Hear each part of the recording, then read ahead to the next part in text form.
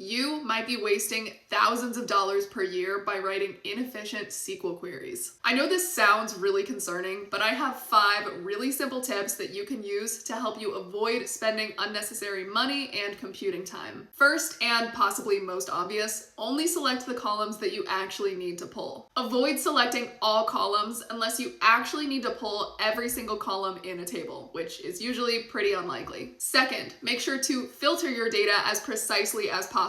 Avoid the temptation to just pull all of your data and then do all of the filtering in Excel or Power BI. When you pull unnecessary rows, your query takes longer to run and you'll have more data to dump into an Excel spreadsheet, making your Excel sheet also run slowly. Third, avoid sorting your data unless you actually need it sorted. Although sorted data looks much prettier than unsorted data, it's not worth spending the extra computing time to run an order by clause, unless your BI tool requires it or you're presenting raw data that needs to be sorted. Fourth, don't use distinct to fix an incorrect use of a join. This is a common beginner level mistake. Maybe you used a left join, but you really needed an inner join. So now you have duplicates in your result set that you don't want. Using distinct to remove those duplicates is much more costly than just fixing the join. And last but not least, aggregate your data before joining it. If you don't need to join every single row from one table with every single row from another table, consider aggregating your data first before joining those two tables. This is not an extensive list, but this is a great place to start if you want to save time and money by writing efficient SQL queries.